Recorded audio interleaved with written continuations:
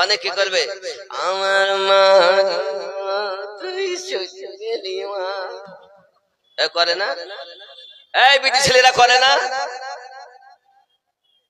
বিটি মারা গেছে,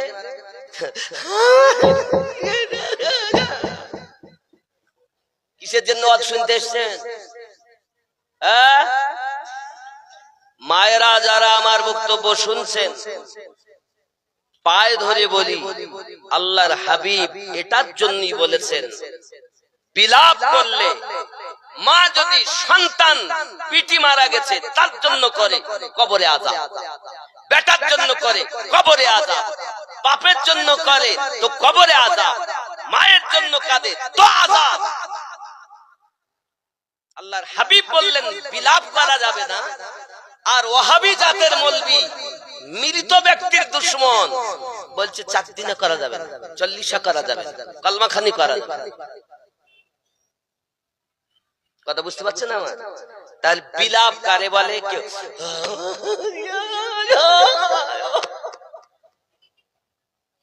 এটা আমি চোখে দেখা কথা বলছি, এগুলো আপনাদের দিকে হয়। আপনি যে মনে করছেন, আমি তো মুর্শিদাবাদে ছিলাম, আমি ওরাহালে তো 6 বছর ছিলাম, আমি তো জানি কি হয়। আমি তো মুর্শিদাবাদ সম্পর্কে অবগত। আমি এই মুর্শিদাবাদ জেলাতে বিটির জন্য, বেটার জন্য, মায়ের জন্য, বাপের জন্য, দাদা দাদির জন্য যেভাবে বিটি ছেলেদের কান্না করতে দেখেছি, অন্য জেলাতে আমি এরকম দেখিনি। এই জন্য এই মুর্শিদাবাদ সরজমিন, বহরমপুর, তারাকপুরের জমিন, আমি হাত না ধরে পায়ে ধরে বলি, মা অবশ্যই সন্তান মারা গেলে কান্না আসবে, চোখের পানি ফেলুন, আল্লাহর কাছে কাঁদুন। আপনার সন্তান, আপনি যখন বাচ্চার জন্য কাঁদবেন তো মায়ের দোয়া আল্লাহর দরবারে আগে কবুল হবে, বলুন না সুবহানাল্লাহ। বাপের দোয়া কবুল হবে। সন্তান যদি পিতা মায়ের জন্য দোয়া করেন, সে দোয়া আগে কবুল হবে। কোথায় গিয়ে, কোথায় গিয়ে কাঁদবেন? নামাজের পাটি পেতে, কোরআন তেলাওয়াত করে, নামাজ পড়ে তারপরে কাঁদবেন। ওই চালিতে বসে কাঁদতেছেন, ওরে আমার আমারে বলে গেলি রে মা, এটা খাবি বললি মা, এ দিবি বললি মা, এরকম করে না? একই কথা বারবার বলে আর কাঁদে না? এই কাঁদে কিনা বলেন? একই কথা বারবার বলে আর কাঁদে। লোককে দেখাচ্ছে আমার মা মারা গেছে। সাইয়্যিদিনা মাওলানা মুহাম্মদ ওয়া আলা আলি সাইয়্যিদিনা।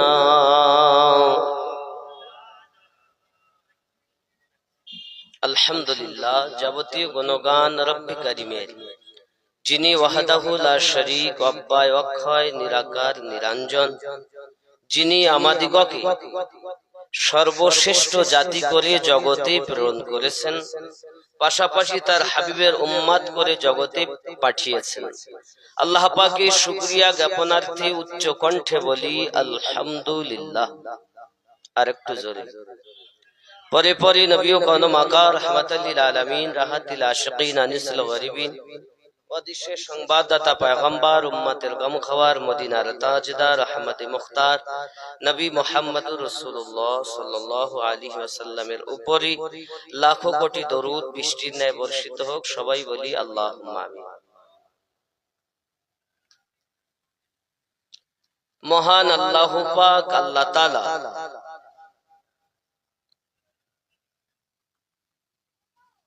কোরআনুল মাজিদে ঘোষণা দিয়েছেন, কুল্লু নাফসিন যায়িকাতুল মাউত, প্রত্যেক নফসকে মরণের স্বাদ চাখতে। আমাদের কাছে আছে কি? রূহ আছে, দেহ আছে, নফস আছে, কিন্তু আমরা এটা নিয়ে এই আয়াত উলামায়ে কেরামগণ ওয়াজ করছেন, আমরা শুনে থাকি মরণ এমন একটি জিনিস, আল্লাহ নিয়ে মতভেদ, নবী নিয়ে মতভেদ,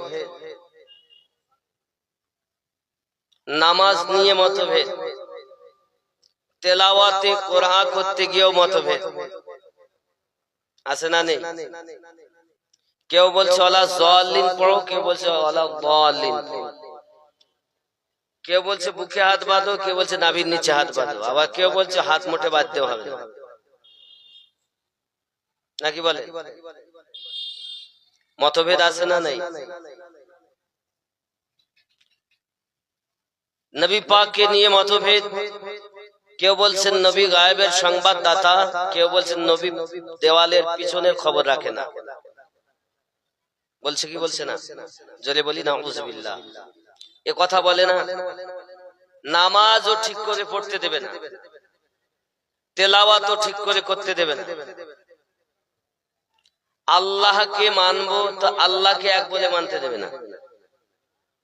পৃথিবীর মানুষের সৃষ্টিকর্তা যখন একজন, আমাদের ইমাম, খুব খেয়াল করুন, তাহলে আমাদের চিন্তা করতে হবে যে এক হতাম, কিন্তু আমরা কেউ এক আছি নাই, আমরা কিন্তু এক নেই। হিন্দু, জৈন, খ্রিস্টান, রোম, ডোকলা, মুচি, মেথর, মুসলমানের ভিতরে কলেমা পড়নেওয়ালা কত মতভেদ, 3 20 13 দল, 73টা। কথা বুঝতে পেরেছেন?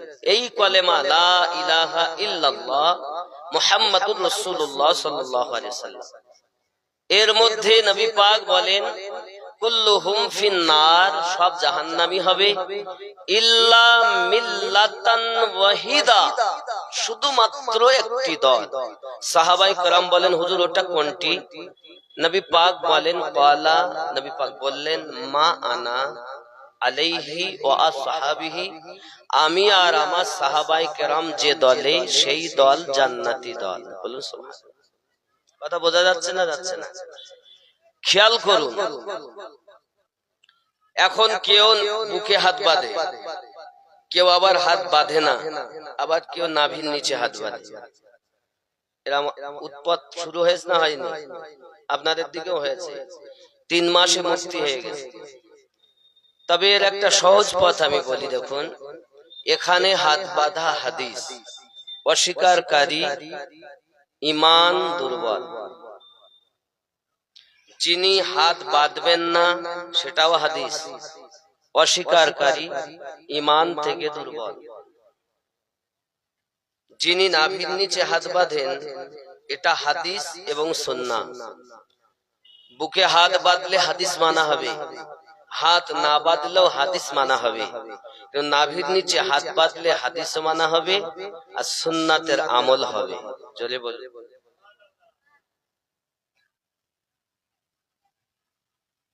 কেউ বলে আমরা আহলে হাদিস, সাহাবায়ে কেরাম রিদওয়ানুল্লাহি তাআলা আলাইহিম আজমাইন কেউ আহলে হাদিস হননি, সব আহলুস সুন্নাহ ছিলেন। এখন নতুন উৎপত্তি আহলে হাদিস, যারা হাদিস মানে, এরা বলতে চায় তো ওরা মানে না, আমরা মানি, সুন্নিরা মানে। তাদের কাছে আমার একটা প্রশ্ন, পুরুষ হাত বুকের উপরে বাঁধে, ইমাম সাহেব সূরা ফাতিহাতে যখন দাল্লিন বলেন তখন জোরে আমিন বলে, নারীরা তাদের মধ্যে কেন বলে না? এটা জবাব নিয়ে আসবে। মূল কথা হলো এরা কেউ আল্লাহ মানাতে আমরা এক নয়, নবী মানাতে এক নয়, মরব, শুধু মৃত্যুবরণ করব, এখানে সবাই এক। হিন্দু, জৈন, খ্রিস্টান, রোম, ডোকলা, মুচি, মেতর, শিয়া, সুন্নি, কাদিয়ানি, লামোছাবি, আহলে হাদিস, আজানগাছি, যাই বলেন, সবাই একমত মরব, মরার পরে আবার এক নেই, শুধু মরণ পর্যন্ত। আপনি খেয়াল করুন, মহান আল্লাহ পাক আল্লাহ তাআলা আমাদেরকে সৃষ্টি করেছেন মাটি দিয়ে। কি দিয়ে? আমরা কি ডাইরেক্ট কেউ মাটি?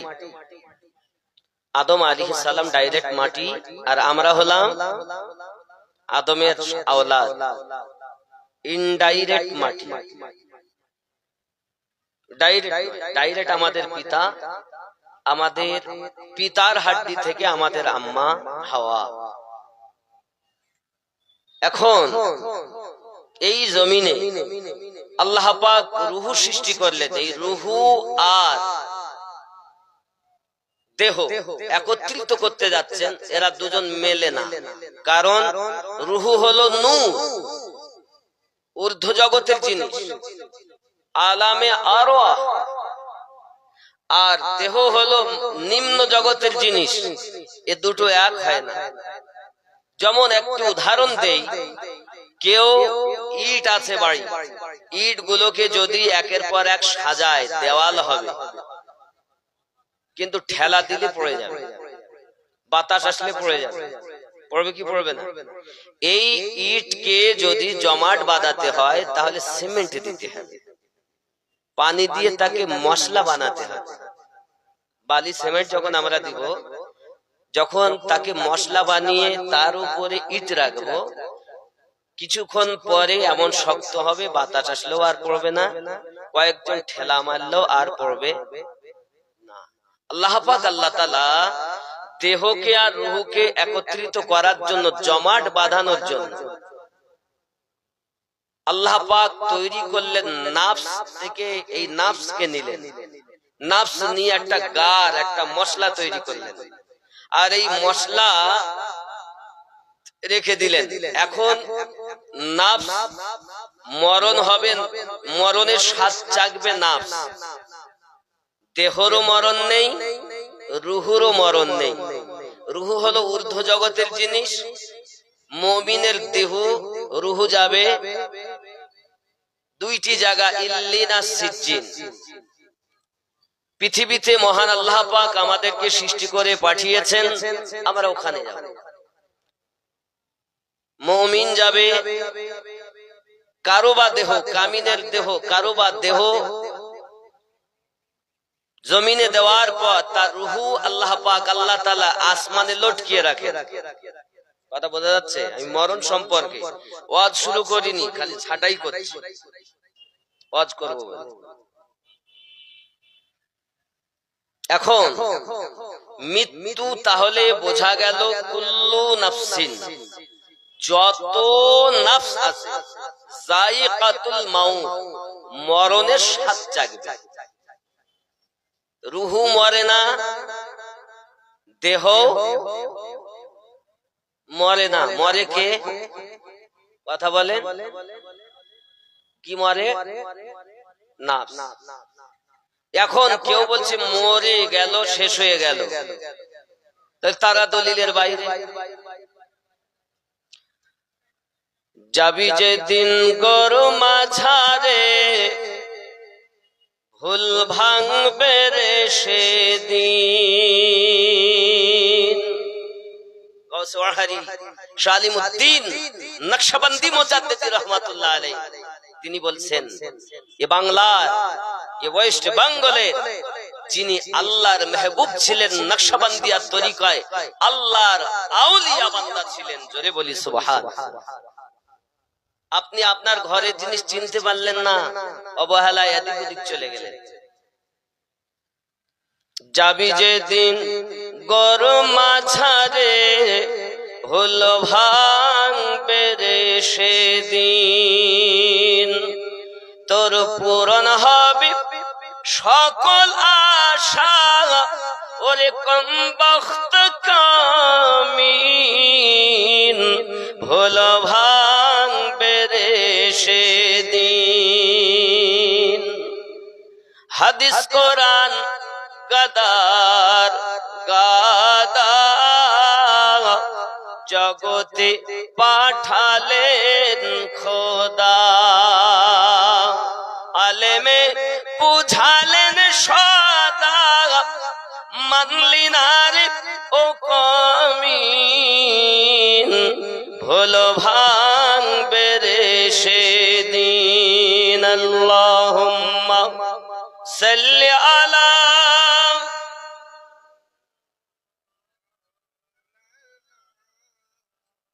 ওয়া আলা আলি সাইয়্যিদিনা।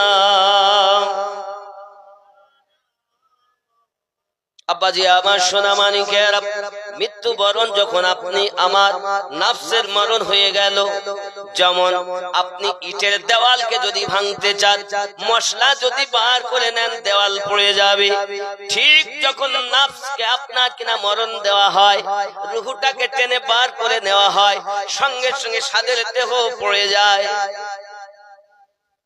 দেহ পড়ে যায়। আমার বন্ধু মালাকাল মাউত আজরাইল ফেরেশতাকে আল্লাহ পাক এত ভয়ানক বানিয়েছেন, পৃথিবীর সমস্ত পানিগুলোকে যদি একত্রিত করে তার মাথায় ঢালা হয়, সম্পূর্ণ মাথার কেশগুলো তার ভিজবে না। আল্লাহর ফেরেশতা মালাকাল মাউত পৃথিবীর সরজমিনে মহান আল্লাহ পাক এত ভয়াবহ বানিয়েছেন। আল্লাহর নবী হযরত ইব্রাহিম আলাইহিস সালাম বলেছিলেন, আয় আমার মালাকাল মাউত, আমি একবার আপনাকে দেখতে চাই, আপনি যে আকৃতিতে বেঈমানদের রূহ কবজ করেন একটু দেখান। মালাকাল মাউত বলেছিলেন, ও ইব্রাহিম আলাইহিস সালাম, আপনি আমার ওই দৃশ্য থেকে সহ্য করতে পারবেন না, দেখান না একবার আপনি কেমন। ঠিক আছে, আপনি মুখটা ফেরান। যে অন্যদিকে ঘুরিয়েছেন, মালাকাল মাউত তার সেই রূপ ধারণ করেছেন যে রূপে পাপীদের আপনার কিনা রূহ কবজ করা হয়। বন্ধু আমার, আল্লাহর নবী ইব্রাহিম খলিলুল্লাহ, যার মোহাব্বতের দরুন আমরা আগামী জিলহজ মাসে কুরবানি দেব, সারা পৃথিবীর মানুষ দিবে, কিয়ামত অবধি দিবে। নবী ইব্রাহিম খলিলুল্লাহ যখন মুখ ফিরালেন, মালাকাল মাউতের চেহারা দেখে তিনি আপনার কিনা অজ্ঞান হয়ে গেলেন। হুঁশ ফিরল যখন, মালাকাল মাউত সম্পর্কে তিনি বর্ণনা দিচ্ছেন, আমি নবী ইব্রাহিম আলাইহিস সালাম মালাকাল মাউতকে দেখতে পাই, তার মাথার চুলগুলো উস্কো খুস্কো, চোখগুলো আপনার নীল বরণ যেন আগুনের ফোয়ারা বার হচ্ছে, আর হাতের নখগুলো লম্বা লম্বা, দারওয়ানি সুরাত দেখি আমি নবী ইব্রাহিম আলাইহিস সালাম অজ্ঞান হয়ে গেছি। বোঝা গেল এত বড় জালিলুল কাদের আল্লাহর একজন রাসূল ও নবী ইব্রাহিম আলাইহিস সালাম, তিনি যদি মালাকাল মাউতের তাপ ও দেহ দেখে সইতে না পারে, আমাদের হালাত কি হবে। তিনি বর্ণনা দেন, আল্লাহর বান্দা এবং বান্দির জন্য মালাকাল মাউত মনের কষ্ট দিবে সেটা আলাদা, শুধু যদি ভয়ানক সুরাত দেখে একজন মানুষের জন্য এই কষ্টটাই সব থেকে বেশি, আর কিছু লাগবে না। নবী ইব্রাহিম বলছেন। আব্বাজি আমার সোনা মানিকেরা, খুব ভালো করে মাথার ভিতরে রাখুন, ইব্রাহিম আলাইহিস সালাতু ওয়াস সালাম তিনি বলতেছেন মালাকাল মাউত সম্পর্কে। আব্বা আমার সোনা মানিকেরা, পৃথিবীর সরজমিনে মালাকাল মাউত সম্পর্কে প্যারা নবী সাল্লাল্লাহু আলাইহি ওয়াসাল্লাম ইরশাদ করেছেন, তাকে আল্লাহ পাক এত দারওয়ানি সূরাত দিয়ে দুনিয়ায় সৃষ্টি করেছেন বাবা, तमाम পৃথিবীটা তার কাছে এমন হাতের তালুর মতো, এমন কি সমস্ত কিছু তার কাছে আপনার হাজির হয়ে আছে। যেমন আপনার এন্ডোকোষের সঙ্গে তুলনা করা হয়েছে, যেটা আপনার মানুষের দুই হাঁটুর মাঝে থাকে, এন্ডোকোষ বলা হয় যাকে। এরকম तमाम পৃথিবী, সাত আসমান জমিন তার কাছে এমন। আল্লাহর ফেরেশতা মালাকুল মাউত আরশে আজিমের কাছে, আব্বা আমার একটি বৃক্ষ আছে যেখানে তার নাম হলো তুবা গাছ। এই তুবা গাছের পাতাতে প্রত্যেক মানুষের নাম লিপিবদ্ধ আছে। আব্বা আমার মালাকাল মাউত বসে আছেন, সম্মুখে একটা আপনার কিনা তখ্ত রাখা আছে, সিংহাসন রাখা আছে। সিংহাসনে তিনি বসে, টেবিলের উপরে আপনার ওই তার নামের পাতাটা পড়ে যায়। আপনি হয়তো বলবেন আমিনউদ্দিন ভাই, এই যে দেখলাম একটি জাহাজে যেতে গেলে জাহাজ হাইজ্যাক হয়ে গেল, 700 মানুষ। আল্লাহ পাকের বিনা অর্ডারে কারোর মৃত্যু হবে না। ইয়ামা সোনামানি গ্যারান্টি হলো আমাদের ঈমান। আল্লাহ পাক, আল্লাহ তাআলা সবই কিছু জানেন। ওই 700 মানুষের নামের মরণের লিস্ট মালাকাল মাউতের কাছে তার ইন্তেকালের 40 দিন আগে পড়ে গেছে, বলি তার মৃত্যু সংগঠিত হয়েছে। এর নাম হলো আল্লাহর প্রতি ঈমান।